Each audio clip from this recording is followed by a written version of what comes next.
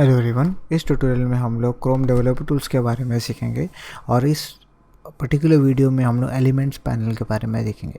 तो Chrome developer tools open करने के लिए हम लोग को राइट क्लिक करके मैं सेलेक्ट करूँगा इंस्पेक्ट, राइट। और यहाँ जैसे कि आप देख सकते हैं क्रोम डेवलपर टूल्स ओपन हो गया। इसको आप यहाँ पर सेटिंग्स आइकन में मोर टूल्स और यहाँ पर डेवलपर टूल्स इस तरीके से भी सेलेक्ट कर सकते हैं। यहाँ पर अभी शॉर्टकट देख सकते हैं Ctrl+Shift+I। ग्रेट।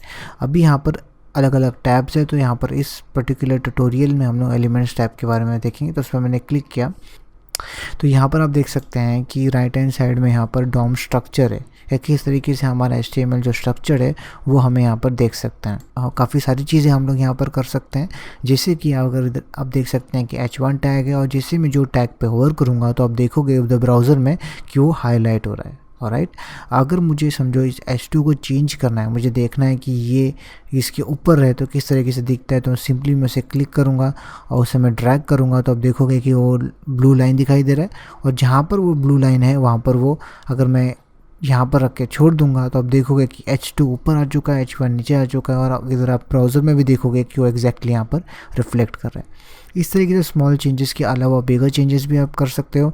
सिंपली अगर मैं इधर राइट क्लिक करके एडिटर HTML करूँगा तो मैं यहाँ पर और भी चेंजेस यहाँ कर सकता हूँ, जैसे कि मैं जैसे क्लास ऐड कर सकता हूँ ब्लू, और मैं इधर बाजू में क्लिक करूँगा और बाजू में इधर क्लिक करूँगा तो आप देखोगे कि वो सेव हो जाएगा, और इधर CSS में कोई ब्लू क्लास अप्लाइड था इसलिए वो यहाँ पर चेंजेस दिखाई दे रहा है। मैं सिंपली इधर चाहूँ तो इसे अगर मुझे कुछ स्मॉल चेंजेस करना है जैसे किसी एट्रीब्यूट में वगैरह में, तो मुझे राइट क्लिक करके एडिट HTML करने की ज़रूरत नहीं है। उसके बजाय मैं सिंपली इस क्लास पे डबल क्लिक करके इसे रिमूव करके इजीली मैं इसे रिमूव कर सकता हूँ, अगर आपको सिंपली एक एट्रीब्यूट्स वगैरह चेंज करना है तो। उसके अलावा अगर आप देखोगे कि यहाँ पर मैं थोड़ा आगे नीचे ड्रिल डाउन करता हूँ, यहाँ पर आप देखोगे कि यहाँ पर डॉम ब्रेक पॉइंट करके H2 टैग है। अगर मैं इसे स्क्रॉल ओवर करूँगा और मैं इसे थोड़ा बड़ा कर देता हूँ, ऑलराइट, तो अभी क्योंकि वो यहाँ पर स्क्रीन में दिखाई नहीं दे रहा है, ये जो drawn break point H2 tag है यहाँ पर दिखाई नहीं दे रहा है।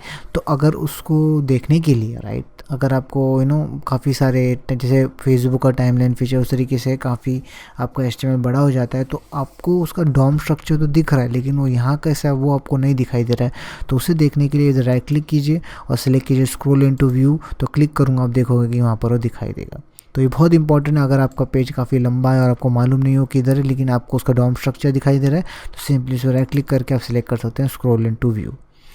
और उसी के साथ साथ अगर आप यहाँ पर राइट हैंड साइड में आप देखोगे कि यहाँ पर CSS स्ट्रक्चर दिखाई दे रहा है। तो यहाँ पर अगर आप किसी भी बॉक्स किसी भी एलिमेंट को सिलेक्टेड है, जैसे अगर मैं UL टेक्स्ट सेलेक्ट करूँगा तब देखो कि यहाँ पर वो चेंजेस होगा। तो अगर मैं H2 सेलेक्ट करूँगा तो वहाँ पर वो पर्टिकुलर चेंजेस जो है यहाँ पर रिफ्लेक्ट होता है। ऑलराइट, अगर मैं सिंपली यहाँ पर इधर एट्रीब्यूट सेलेक्ट को एडिट करके यहाँ पर मैं ब्लू का क्लास ऐड करता हूँ और एंटर प्रेस करता हूँ और मैं फिर H2 को सेलेक्ट करूँगा तो देखोगे कि यहाँ पर जो ब्लू क्लास जो अप्लाइड था वो यहाँ पर अवेलेबल है।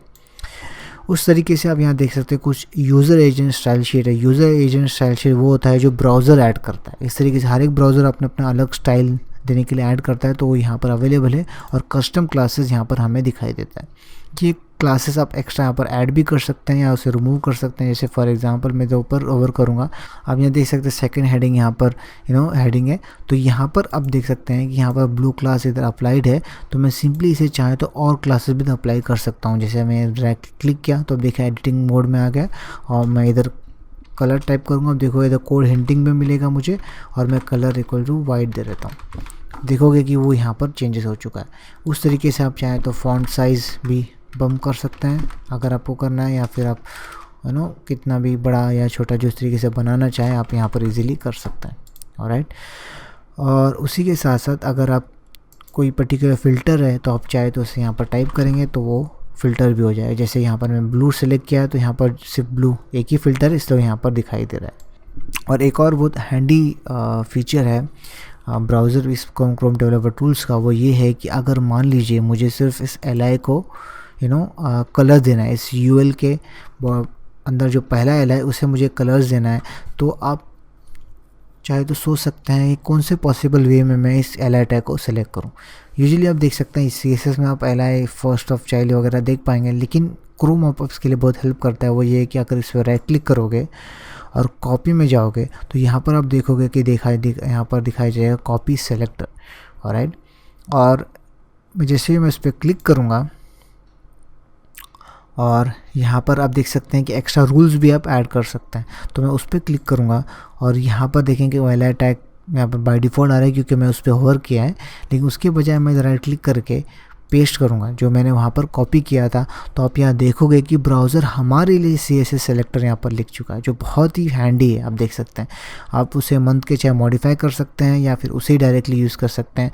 अब मैं सिंपली उसे यूज़ करता हूँ और यहाँ पर मैं देता हूँ कलर रेड, और मैं यहाँ पर ब्राउज़र में देखूंगा तो आप देखोगे कि पहला LI सेलेक्टेड है। इंस्टेड आप देख सकते हैं कितना हेल्पफुल है। इंस्टेड हम सोचने के बजाय ब्राउज़र ही काफ़ी इजीली हमें CSS सेलेक्टर्स हमें प्रोवाइड करते हैं। एक और चीज़ मैं आपको यहाँ बताना चाहूँगा वो है कि रिलेशन कंसोल टैब के बारे में हम लोग आगे बात करेंगे, लेकिन अब मैं यहाँ पर सिर्फ आपको बताना चाहता हूँ कि कंसोल टैब का और एलिमेंट टैब का कैसे रिलेशन है। तो उसे देखने के लिए अगर मैं यहाँ पर H2 पे क्लिक करता हूँ तो आप देखोगे इधर राइट हैंड साइड में $0 दिखाई दे रहा है। अगर मैं कंसोल में जा कर के इधर $0 टाइप करके एंटर प्रेस करूँगा तो देखोगे कि वो H2 टैग जो होवर था वो यहाँ पर दिखाई दे रहा है। ऑलराइट, उस तरीके से अगर मैं इधर UL पे सेलेक्ट करता हूँ, आप देखेंगे $0 भी उसके बाजू में यहाँ दिखाई दे रहा है। अगर मैं वही सेम अप एरो की प्रेस करूँगा तो प्रीवियस कमांड दिखाई देगा। अब इधर मैं एंटर प्रेस करूँगा तो आप देखोगे तो UL दिखाई दे रहा है। ये बहुत ही इजी टेक्निक है। अगर आपको किसी डॉम एलिमेंट को आउटसाइड ऑफ डॉम से देखना है तो आप सिंपली उसे यहाँ पर सेलेक्ट कर सकते हैं। अगर मैं इधर $1 डालूंगा तो आप देखोगे कि वो H2 दिखाई देगा। अगर मैं $2 दूंगा तो उससे पहले मैंने क्या सेलेक्ट किया था वो दिखाई देगा। एनीवेज, अब इसकी ज़रूरत नहीं है, लेकिन उसके बजाय आप डायरेक्टली यहाँ पर सेलेक्टर्स टाइप करके भी सेलेक्ट कर सकते हैं यहाँ पर। तो उसके लिए आप देख सकते हैं jQuery, अगर आपको पता है तो jQuery सेलेक्टर्स आप इस कंसोल में यूज़ कर सकते हैं, लेकिन वो एक्चुअल jQuery सेलेक्टर्स है नहीं। अगर मैं इधर jQuery टाइप करूँगा, एंटर प्रेस करूँगा तो देखोगे यहाँ पर दिखाई दे रहा है jQuery is not defined. jQuery यहाँ है नहीं, लेकिन फिर भी हम उसे यूज़ कर पाएंगे अगर हम इधर डॉलर और इधर H1 टैग में H2 टैग देता हूँ और इधर मैं एंटर प्रेस करता हूँ तो आप देखोगे कि यहाँ पर सेकेंड हेडिंग तो H2 यहाँ पर सेलेक्टेड है। तो इस तरीके से आप अलग अलग CSS jQuery सेलेक्टर्स यूज़ कर सकते हैं और इसे सेलेक्ट कर पाएंगे बिना jQuery यहाँ पर प्रोजेक्ट में jQuery है नहीं, लेकिन यहाँ पर हम लोग इसे यूज़ कर सकते हैं। ऑलराइट, और यहाँ पर आप देख सकते हैं कि किसी भी इवेंट को मॉनिटर करने के लिए अगर मैं इस पर क्लिक करता हूँ, राइट, और यहाँ पर मुझे आप देख सकते हैं इस टैब में यहाँ पर इवेंट लिस्टनर्स है, मैं उस पर क्लिक करता हूँ तो आप देखोगे कि यहाँ पर एक इवेंट एडेड है वो डॉम कंटेंट लोडेड। अगर मैं सेकंड हेडिंग में क्लिक करता हूँ तो आप देखोगे यहाँ पर एक और इवेंट लिस्टनर ऐड हुआ है जो पहले हेलो वर्ल्ड पे नहीं था। तो सेकंड हेडिंग में क्लिक इवेंट एडेड है, तो सिंपली आप उस पर देख सकते हैं कि कौन कौन से डॉम एलिमेंट में कौन कौन से एलिमेंट एडेड है, और आप यहाँ देखोगे कि वो फाइल का नाम भी देता है। अगर मैं उस पर क्लिक करूँगा तो मुझे उस तरह पर रीडायरेक्ट भी करेगा। आप यहाँ पर देख सकते हैं कि वो कोड क्या कर रहा है। तो ये ईजिली है कि आप इजीली अलग अलग डॉम एलिमेंट्स में चेक कर सकते हैं कौन कौन सा जो है इवेंट लिस्टनर उस पर एडेड है। और उसके आज बहुत ही हैंडी टेक्निक मैं आपको यहाँ पर बताना चाहूँगा जो बहुत ही अमेजिंग फीचर है क्रोम डेवलपर टूल्स का, वो ये है कि आप जान सकते हैं कि कौन से डॉम एलिमेंट्स में कौन सा जावास्क्रिप्ट कोड उसे चेंजेस कर रहा है। जैसे फॉर एग्जांपल यहाँ पर मैंने जो है आप देख सकते हैं कि यहाँ पर एक बटन है और यहाँ पर एक टेक्स्ट है। तो मैंने कोड लिखा है कि इस पर क्लिक के होने पर ये इस डॉम एलिमेंट को, जो कि एक्चुअली एक H2 H2 टैग है, तो इस पे क्लास वो ऐड करता है। तो अगर मुझे वो जानना है कि समझो इस H2 टैग में कौन सा जावास्क्रिप्ट कोड इस H2 टैग को अफेक्ट कर रहा है, इंस्टेड अपने पूरे प्रोजेक्ट का कोड देखने के बजाय मैं सिंपली यहाँ पर इधर H2 टैग पे आऊँगा, इधर क्लिक करूँगा, सेलेक्ट करूँगा ब्रेक ऑन, और यहाँ पर मैं सेलेक्ट करूँगा एट्रीब्यूट मॉडिफाइड। अब जैसे देखोगे क्रोम डेवलपर टूल्स में राइट हैंड साइड में ब्लू कलर दिखाई दे रहा है यहाँ पर। इसका मतलब है कि यहाँ पर इसे वो ब्रेक पॉइंट इधर अवेलेबल है।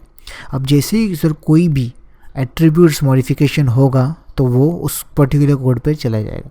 अब मैं इस पर ऐड रिमूवल बटन पे क्लिक करूँगा तो अब देखोगे कि वो इवेंट लिस्टनर फायर हुआ, और यहाँ आप देख सकते हैं कि इस क्लास लिस्ट को मैं इस पे क्लास में ऐड और रिमूव कर पा रहा था, तो मैं उस पर्टिकुलर कोड में जावास्क्रिप्ट में यहाँ पर आ चुका हूँ, मैं देख सकता हूँ कि वो कैसे फंक्शन कर रहा है और मैं इजीली जान सकता हूँ। ये बहुत ही हेल्पफुल है अगर हम नए प्रोजेक्ट्स में इन्वॉल्व है, हमें मालूम नहीं है पूरा प्रोजेक्ट कैसे वर्क कर रहा है, तो सिंपली हमें पर्टिकुलर टैग में उससे ब्रेक पॉइंट सेट करके हम उस पर्टिकुलर फाइल में या उस पर्टिकुलर कोड में हम चले जाएंगे जहाँ पर हमें वो इस पर क्लिक करके मैं इसे फॉरवर्ड करता हूँ। और आप देख सकते हैं इसे क्लास में अप्लाइड है, जिसकी वजह से अभी वो मिस्ट्री रोज बैकग्राउंड कलर यहाँ पर दिखाई दे रहा है। एक और लास्ट चीज़ मैं आपको दिखाना चाहता हूँ एलिमेंट्स पैनल में, वो है कि एमुलेटर। अगर मैं इस पर क्लिक करूँगा तो आप देखोगे कि यहाँ पर अलग अलग डिवाइस को हम एमुलेट कर सकते हैं और देख सकते हैं हमारा डिवाइस किस तरीके से वर्क कर रहा है। अगर आप अलग अलग डिवाइसेस यहाँ सेलेक्ट कर सकते हैं, उसका विड्थ सेट कर सकते हैं, उसका हाइट सेट कर सकते हैं, आप उसे रोटेट या वर्टिकली हॉरिजॉन्टली रोटेट कर सकते हैं। तो ये बहुत ही हैंडी फीचर है टेस्टिंग के लिए जो आप यूज़ कर सकते हैं। और या दैट्स इट गाइस, ये ट्यूटोरियल मैं उम्मीद करता हूँ आपने काफ़ी टिप्स एंड ट्रिक्स सीखा होगा। और आपको कोई टिप्स एंड ट्रिक्स पता है एलिमेंट्स पैनल के बारे में क्रोम डेवलपर टूल्स में, तो उसे कमेंट सेक्शन में